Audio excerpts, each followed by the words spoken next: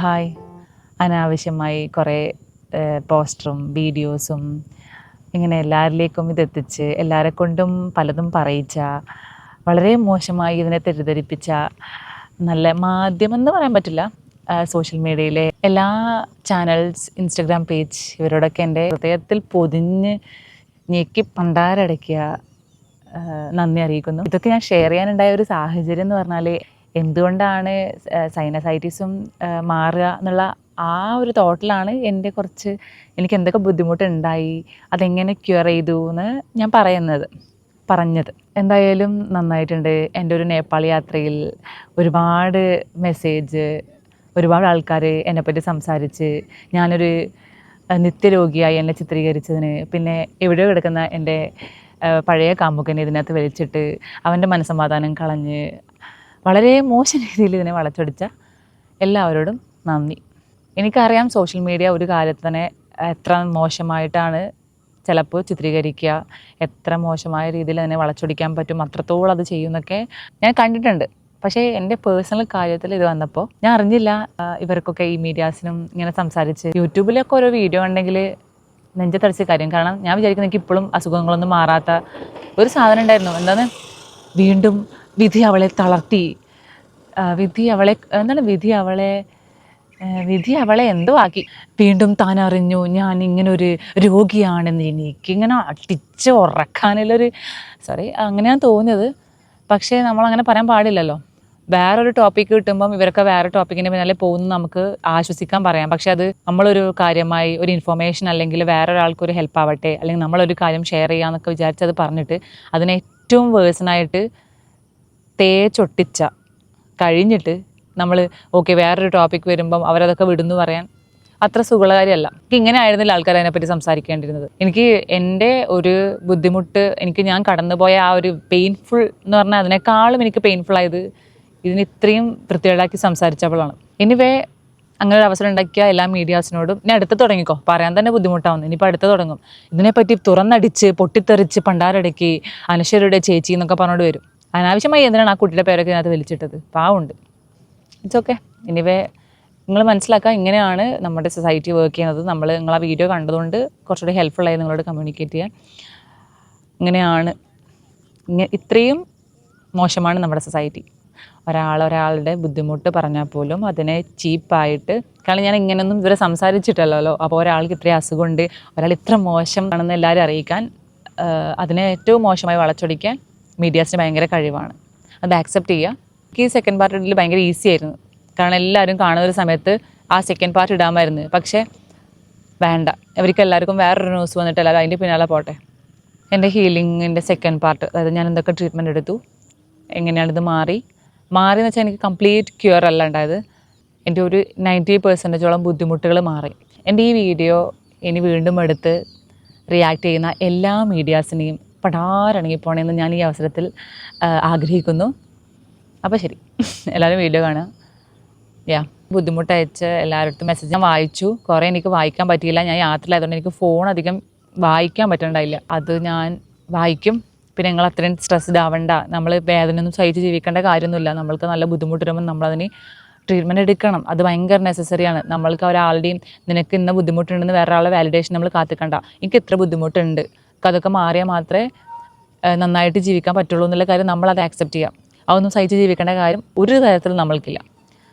ആര് പറയുന്നതും നമ്മളത് നിങ്ങൾക്ക് വേദന ഇല്ലല്ലോ എന്ന് പറഞ്ഞ എല്ലാവരോടും മുഖം തിരിക്കാം. നമുക്കത് കേൾക്കേണ്ട കാര്യമില്ല. അപ്പോൾ ഓക്കെ, എൻ്റെ വീഡിയോ കാണുക. സന്തോഷമായിരിക്കാം.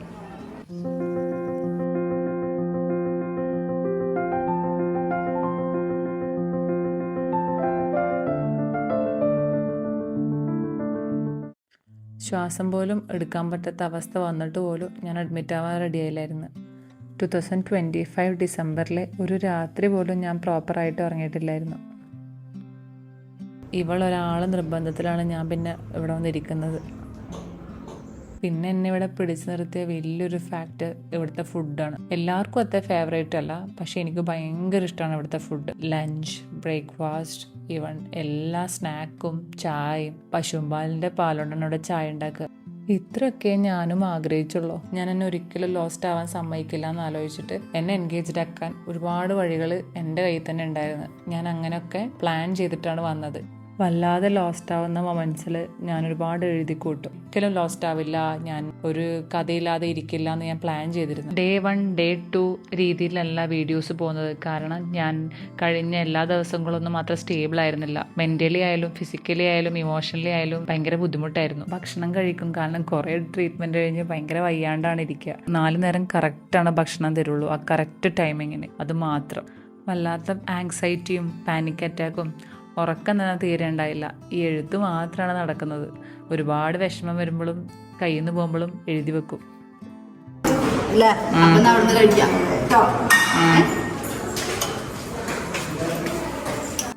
എന്തൊക്കെ സംഭവിച്ചാലും ഈ ടൈം ഞാൻ ക്യാൻറ്റീനെത്തും. My favourite time of the day. കുറേ ഉണ്ടാക്കാനും ഞാൻ പഠിച്ചിട്ടുണ്ട്. എനിക്കിവിടെ എല്ലാ ഫുഡും ഇഷ്ടമാണ്, ഏത് സമയത്തെ ഫുഡും ഇഷ്ടമാണ്. ഇവിടുന്ന് പോകുമ്പോഴുള്ള ഒരു ബുദ്ധിമുട്ട് ആകെ ഇതൊക്കെ മിസ് ചെയ്യല്ലോ എന്നാണ്. എനിക്കെല്ലാം ഇഷ്ടമാണ്, എനിക്ക് ഇവിടുത്തെ എല്ലാ ഫ്ലേവറും ഇഷ്ടമായിരുന്നു. ഞാൻ അധികം എരിവും ഉപ്പും കഴിക്കില്ല. അഞ്ജുവിന് 10 days ട്രീറ്റ്മെൻറ്റ് കഴിഞ്ഞിട്ട് അഞ്ജു പോയി. ഓൾക്ക് ലീവ് ഉണ്ടായില്ല. പിന്നെ ഭയങ്കര ശ്വാസമുട്ടനായിരുന്നു ഓള് ട്രീറ്റ്മെൻറ്റ് എടുത്തത്. ഞാൻ ഓള് പോയത് അത്ര വലിയ ഡീലാക്കിയില്ല. കാരണം അതങ്ങനെ ആക്കി കഴിഞ്ഞാൽ എനിക്ക് തന്നെ ബാഡാവും, ഞാൻ ഭയങ്കര ഒറ്റക്കാവും, അങ്ങനെ ഒരു തോട്ട് വരും. സോ ഓള് ട്രീറ്റ്മെൻറ്റ് കഴിഞ്ഞ് ഓള് പോയി. സന്തോഷങ്ങളും ഇഷ്ടങ്ങളും മാത്രമേ ഞാൻ പറഞ്ഞിട്ടുള്ളൂ കേട്ടോ. ഇതിനകത്ത് ഭയങ്കരമായി ലൗഡായി ഞാൻ പൊട്ടിക്കാറി കരഞ്ഞ ദിവസങ്ങളുണ്ട്. ഒരു ഐഡിയ കിട്ടാതെ ഞാൻ ഇങ്ങനെ ഇവിടെ തീരുമെന്ന് ആലോചിച്ച ദിവസങ്ങളുണ്ട്. അതൊന്നും ഞാൻ അങ്ങനെ ഷെയർ ചെയ്യുന്നില്ല. പിന്നില്ല സന്തോഷം ഇതാണ്. എൻ്റെ ഈ എക്സ്പ്രഷൻ ഒരുപാട് ദിവസം കഞ്ഞി മാത്രം കുടിച്ചിട്ട് പിന്നെ ദോശയും ചമ്മന്തിയും കഴിക്കുന്ന ഒരു ശരാശരി പെൺകുട്ടിയുടെ ആത്മസംതൃപ്തിയാണ്. ഇപ്പോഴും ആ ടേസ്റ്റ് എൻ്റെ നാവിലുണ്ട്. എനിക്ക് ട്രീറ്റ്മെൻറ്റ് വിരേചനായിരുന്നു. ട്രീറ്റ്മെൻറ്റിന് ശേഷം ടേസ്റ്റ് ബഡ്സൊക്കെ ഭയങ്കര ആക്റ്റീവാണ്. അപ്പോൾ ഈ കുറേ ദിവസം കഞ്ഞി കുടിച്ചിട്ട് ദോശ, അങ്ങനെ ആ മുരിഞ്ഞ ദോശ കാണുമ്പോഴെല്ലാം ഒരുതരം വിഷമവും സങ്കടവും സന്തോഷവും ഒക്കെ കൂടി ഇങ്ങനെ ആസ്വദിച്ച് ഞാനൊരു 30 minutes മുകളിലെടുത്തു. അതൊക്കെ കഴിച്ച് ഇങ്ങനെ ഇങ്ങനെ അയ്യോ ഞാൻ മരിക്കും എന്നുള്ളൊരു ആ എക്സ്പ്രഷനാണിത്.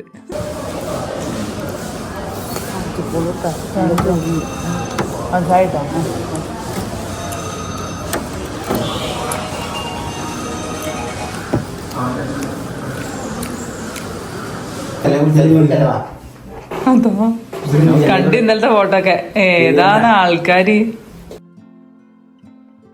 ഞാൻ കുറച്ചും കൂടെ ബെറ്ററായി, വിസിബിളായി ചേഞ്ചസ് കണ്ടു തുടങ്ങി. അതാണ് ഈ സന്തോഷം. ഇതുണ്ടോ അനശ്വര, അനശ്വര അരുണശേഖരൻ, ശേഖർ കേട്ടി. ഇപ്പൊ ഉണ്ടോ പേര്, അഡ്രസ്, ജോലി, ഇതൊക്കെ ഇതിൽ ഓൾറെഡി പ്രിന്റഡ് അല്ലേ. ഇത് നമ്മൾ ഫോർമാറ്റ് നമ്മളെ ഉണ്ടാക്കണം. അവരോട് ചോദിച്ച് നമ്മൾ മനസ്സിലാക്കി അറിയോ. നല്ല ഹാബിറ്റില് ഞാൻ ചെറുതായിട്ട് കോഫിയിലേക്ക് മാറി.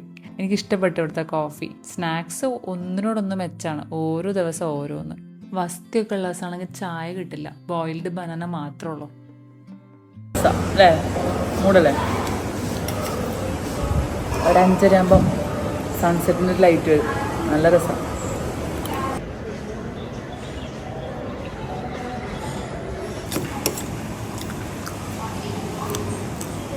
പോയാലും ഇങ്ങനെ ഇടക്കിടക്ക് വരുമായിരുന്നു. കുറേ സ്നേഹിക്കും. അഞ്ജുര വീട്ടിൽ നിന്നും വരും, അമ്മ വരും, മേമ വരും, എല്ലാവരും വരും. എൻ്റെ ഡ്രസ്സൊക്കെ വാഷ് ചെയ്യാൻ കൊണ്ടുപോകും, എന്നിട്ട് അതും കൊണ്ട് വരും.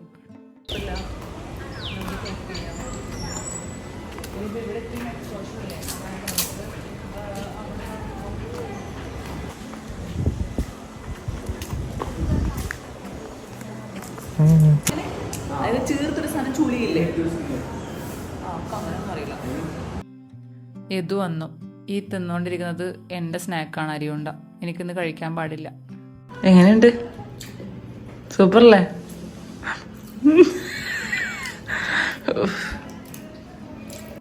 ബൈസ്റ്റാൻഡേഴ്സിന് താഴെ ഹോസ്റ്റലിലെ കുട്ടികളുടെ കൂടെയാണ് ഫുഡ്. ഡോക്ടേഴ്സിനൊക്കെ ഇവിടെ ഫുഡുണ്ട്.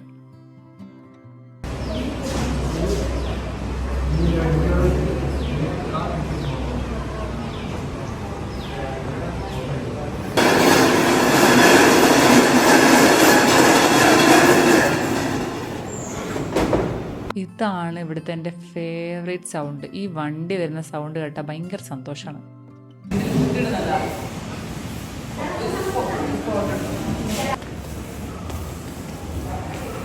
ഞാൻ ഒരുവിധം സെറ്റായി, കുറച്ചുകൂടി ചിരിച്ച് സംസാരിച്ചു തുടങ്ങി, എല്ലാവരോടും സംസാരിച്ചു തുടങ്ങി. അതുവരെ ഞാൻ ആരെയും നോക്കാറുണ്ടായില്ല, ആരെയും അറ്റൻഡ് ചെയ്യുമായിരുന്നില്ല. എനിക്ക് ആരെയും കാണണ്ട, സംസാരിക്കണ്ട എന്നുള്ളൊരു മൂഡായിരുന്നു. പിന്നെ പിന്നെ കുറച്ചും കൂടെ നന്നായി.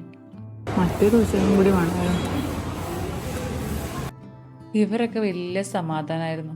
പിന്നെ ഈ ഫോട്ടോ എടുക്കുന്നത് നിയാസ്, ഓൻ അവിടെ ഒരു ഓൾ ഇൻ ഓൾ ആയിരുന്നു. എല്ലാവർക്കും ഭയങ്കര ഫേവറേറ്റ് ആയിരുന്നു, ഭയങ്കര നല്ല മനുഷ്യനായിരുന്നു. എനിക്ക് വരുമ്പോൾ ഓനെ കുറേ മിസ് ചെയ്യായിരുന്നു.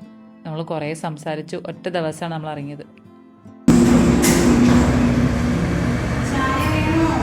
വേണ്ട,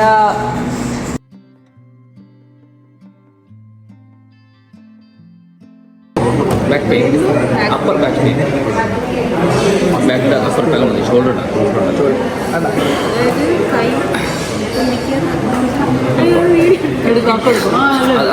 ഞങ്ങൾക്കിത് തെളിവ് വേണം.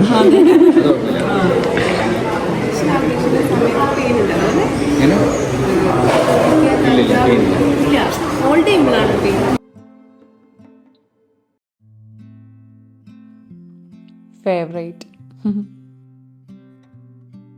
31 പോവും, 31 പോവും. ശരിയാണ്. ഞാൻ 1 ലീവാ.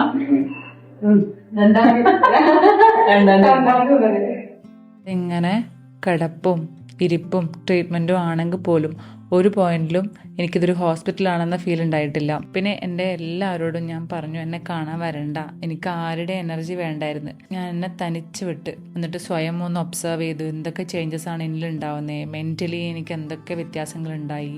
പിന്നെ എല്ലാത്തിനും ഇവിടെ ആൾക്കാരുണ്ട്. മുന്നേ ഒരുപാട് വേസ്റ്റ് എക്സ്പീരിയൻസ് ഹോസ്പിറ്റലിൽ നിന്ന് ഉണ്ടായതുകൊണ്ട് ഒരു രോഗി എന്നുള്ള ടാഗിലാണ് എനിക്ക് ഭയങ്കര ബുദ്ധിമുട്ടുണ്ടാവല്. ഇവിടെ അത് ഉണ്ടായില്ല, ഒരു പോയിന്റിലും ഉണ്ടായില്ല. പിന്നെ ഞാൻ എൻ്റെ റൂമിൽ എനിക്ക് എൻ്റെ റൂമാണെന്ന് ഫീൽ ചെയ്യാൻ കുറേ കാര്യങ്ങൾ സെറ്റ് ചെയ്തു. എൻ്റെ ഫേവറേറ്റായ കുറേ കാര്യങ്ങൾ ഞാനിവിടെ കൊണ്ടുവച്ചു. പിന്നെ ഇവിടെ എല്ലാവരും അവരെ ഒരാളെ പോലെയാണ് നമ്മൾ ട്രീറ്റ് ചെയ്യുക. ഇവരൊക്കെ നമ്മുടെ ആൾക്കാരാണെന്നുള്ളൊരു ഫീൽ ഇവരുണ്ടാക്കും. ഭയങ്കര സ്നേഹത്തോടെ സംസാരിക്കും, ഭയങ്കരമായിട്ട് അറ്റൻഡ് ചെയ്യും. വീട്ടിൽ പോയിട്ട് ഒരു വീക്ക് ഭയങ്കര ദേഷ്യമായിരുന്നു. കാരണം ഇത്രയും അറ്റൻഷനും സ്നേഹവും ചുറ്റും ആൾക്കാരും എപ്പോഴെപ്പോഴും ആൾക്കാർ അറ്റൻഡ് ചെയ്യാൻ വരിക, ഭയങ്കരമായ കെയർ.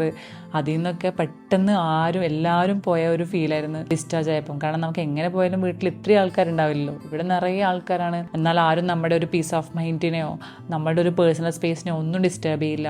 എനിക്ക് ശരിക്കും പറഞ്ഞാൽ ഒരു ട്രീറ്റ്മെൻറ്റിനേക്കാളും ഒരു ഭയങ്കരമായ പീസ് ഓഫ് മൈൻഡ് ആയിരുന്നു ഇവിടെ മൊത്തത്തിൽ. ഒരു നീഡഡ് തെറാപ്പി എന്നൊക്കെ പറയില്ലേ, ബോഡിക്കും മൈൻഡിനും എല്ലാത്തിനും ഒരു slow life after so long.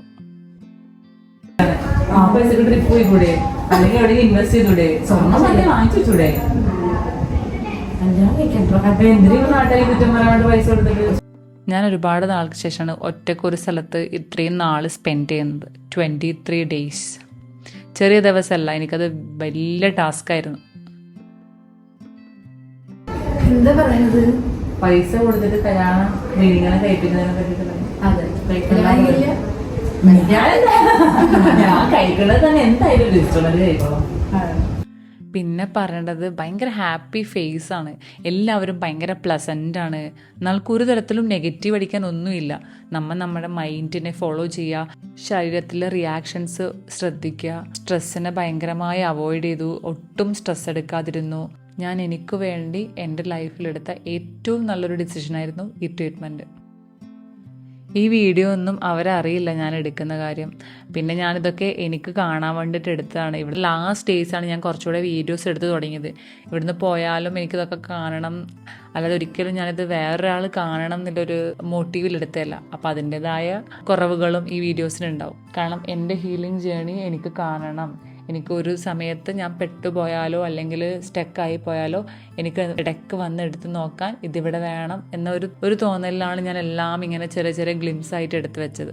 എൻ്റെ കരയുന്നതോ അല്ലെങ്കിൽ ഞാൻ ഭയങ്കരമായി ബേസ്റ്റ് ഔട്ട് ആവുന്നതോ ലോസ്റ്റ് ആയി പോകുന്നതോ അതൊന്നും ഇതിലില്ല. അതൊന്നും ഞാൻ എടുത്തു വെച്ചില്ല. കാരണം പിന്നെ അത് എടുത്തു നോക്കണ്ട എന്ന് കരുതിയോണ്ടായിരിക്കണം. അതൊന്നും എൻ്റെ കയ്യിലില്ല. ഇത്രയും ഭംഗിയല്ല, കുറച്ചും കൂടി മോശമായി കയ്യിൽ നിന്ന് പോയ മൊമെന്റ്സ് ഒക്കെ ഭയങ്കരമായിട്ടുണ്ടായിട്ടുണ്ട്. ഉറങ്ങാൻ പറ്റാതെ വേദനയുള്ള ഭയങ്കര ബുദ്ധിമുട്ടിയ ദിവസങ്ങൾ ഉണ്ടായിട്ടുണ്ട്. ഇത് അതിൽ ഏറ്റവും നല്ല ദിവസങ്ങൾ മാത്രമാണ് ഞാൻ ഇൻക്ലൂഡ് ചെയ്തിട്ടുള്ളത്. കാരണം 23 ദിവസത്തെ എൻ്റെ ട്രീറ്റ്മെൻറ്റ് ഇപ്പോൾ ഉള്ളത് 12 മിനിറ്റ്സ് ആണ്. ക്ലീൻ ചെയ്യുന്ന ചേച്ചിമാരും ക്യാൻറ്റീനിലെ ചേച്ചിമാരും നഴ്സിംഗ് സ്റ്റേഷനിലെ ആൾക്കാരും തെറാപ്പിസ്റ്റ് ചേച്ചിമാരും പഠിക്കുന്ന പിള്ളേരും ഡോക്ടേഴ്സും എല്ലാവരും ഭയങ്കര ഹോംലി ഫീലായിരുന്നു. ഞാനിവിടെ ഒരാളെ കറക്റ്റായിട്ട് ഫോളോ ചെയ്തു. അത് രമ്യ ഡോക്ടറിനെയാണ്. ഞാൻ ഒരു പോയിന്റിൽ പോലും രമ്യ ഡോക്ടറെ ഫോളോ ചെയ്യാതിരുന്നിട്ടില്ല. ഞാൻ ഒരു കാര്യവും തെറ്റിച്ചിട്ടില്ല. അത് ഡയറ്റ് ആയാലും ട്രീറ്റ്മെൻ്റ് ആയാലും എല്ലാ ടൈമിങ്ങും എല്ലാം ഞാൻ പ്രോപ്പറായിട്ട് ഫോളോ ചെയ്തു. ഞാനിവിടെ വരാൻ തന്നെ കാരണം അഞ്ജുവാണ്. അഞ്ജുവിന് ഒരു പ്രാവശ്യം വന്നിട്ട് അവളുടെ ശ്വാസം മുട്ടൽ കുറവുള്ളത് കൊണ്ടാണ് അവൾ എന്നെയും കൊണ്ടുവന്നത്. അഞ്ജുവിൻ്റെ വീട് ഇതിന് തൊട്ടടുത്താണ്. അതുകൊണ്ടാണ് ഞങ്ങൾ രണ്ടുപേരും ഇവിടെ എത്തിയത്. എന്ത് തന്നെയായാലും ഈ നടന്നതിനൊക്കെ ഞാൻ ഭയങ്കര ഗ്രേറ്റ്ഫുള്ളാണ്.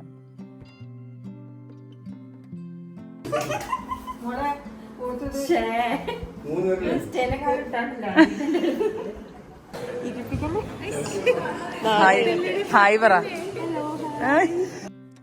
പിന്നെ ഇവർ രണ്ടാളും very close to my heart. നിയാസും പിന്നെ ഹർഷയും.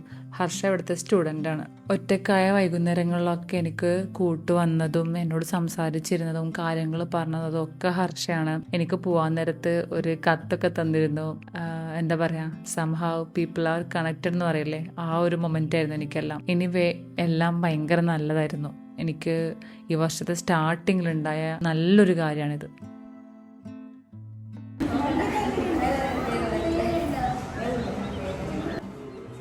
The last day.